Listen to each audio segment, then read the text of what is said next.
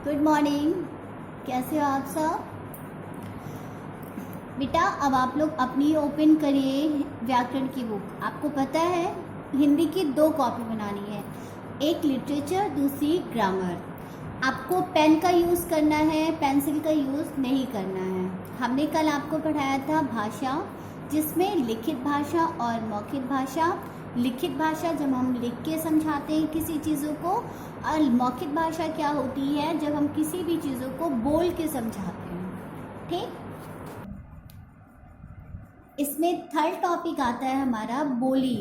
बोली क्या होती है? जब हमारी कोई एक क्षेत्र विशेष की एक विशेष भाषा होती है।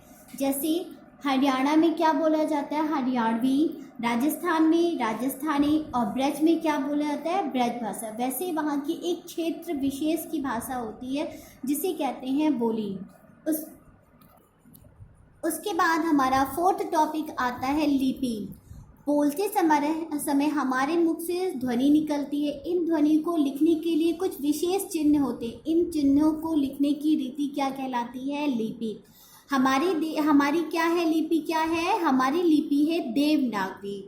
पंजाब में क्या है? गुरुमुखी। अंग्रेजी लिपि क्या है? रोमन। संस्कृत क्या है? देवनागरी। उर्दू की लिपि क्या है? फारसी। ये हमारे कुछ व्याकरण के रूल होते हैं जिनको हमें अपने लिखने और बोलने में इसका प्रयोग किया जाता है। लेकिन जब हम बोलते हैं तो उसमें हमारा व्याकरण नहीं आता है, पर जब हम किसी चीज़ को लिखते हैं उस समय हमें व्याकरण के शब्दों का प्रयोग करना पड़ता है। सेकंड चैप्टर आता है हमारा वर्ण विचार। वर्ण विचार में आता है किसी भाषा में प्रयुक्त होने वाली सभी वर्णों के क्रमबद्ध समूह को क्या कहते हैं? वर्णमाला कहते हैं। वर्ण क्या होता है? इसमें हमारे होते हैं स्वर, होते हैं मात्राएं होती हैं, व्यंजन होते हैं, अयोगवा होते हैं। स्वर क्या होते हैं? जैसे छोटा, बड़ा, छोटी, बड़ी, ऊ, ए, ऋषि, औ, ये सारी हमारी चीज़ें कहती हैं स्वर होते हैं। अयोगवा क्या होता है? अंगा और आहा। व्यंजन होते हैं का से हा तक, हमारे ये क्या कहलाती है? व्यंजन। इन्हीं छोटे छोटे शब्दों का प्रयोग, इन्हीं छोटे छोटे वर्णों का प्रयोग करके हम एक शब्द का निर्माण करते हैं, जिसमें हमारे स्वर भी आते हैं और व्यंजन भी आते हैं। स्वर क्या होते हैं? स्वर 3 प्रकार के होते हैं, हास्य स्वर, दीर्घ स्वर और विलुप्त स्वर। कुछ स्वरों को हम बोलते हैं बहुत, जिनको बोलने में हम बहुत आसानी से उन शब्दों का उच्चारण कर लेते हैं, परंतु कुछ ऐसे शब्द होते हैं जिनका उच्चारण करने में हमें कठिनाइयाँ होती हैं। उसके बाद हमारा आता है व्यंजन, जिन वर्णों के। उसके बाद हमारा आता है व्यंजन।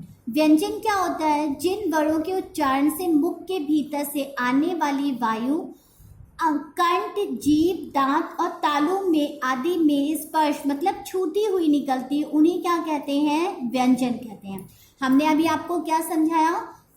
कुछ शब्द को बोलने में हमें कठिनाई नहीं होती है, परंतु कुछ शब्दों को बोलने में हमें कठिनाइयाँ होती हैं।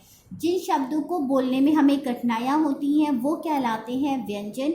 व्यंजन में भी होते हैं आपका स्पर्श व्यंजन, अंतः व्यंजन।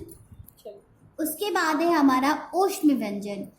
इन सारी चीज़ों का प्रयोग करते हुए हम अपनी व्यंजन को पूरा करते हैं। हमने आपको पहले भी बताया था, जब हम किसी भी कार्य को आसानी से कर लेते हैं, किसी भी शब्दों का उच्चारण बहुत शीघ्रता से, सरलता से कर लेते हैं, वो हमारे स्वर कहलाते हैं। परंतु जिन शब्दों का प्रयोग करने में हमें थोड़ी सी कठिनाइयाँ होती हैं, जिसमें हम जीभ, तालु आदि का प्रयोग करते हैं या उनको छूते हुए किसी शब्दों का उच्चारण करते हैं, तो क्या होता है? उनमें हमें क्या कहलाते हैं?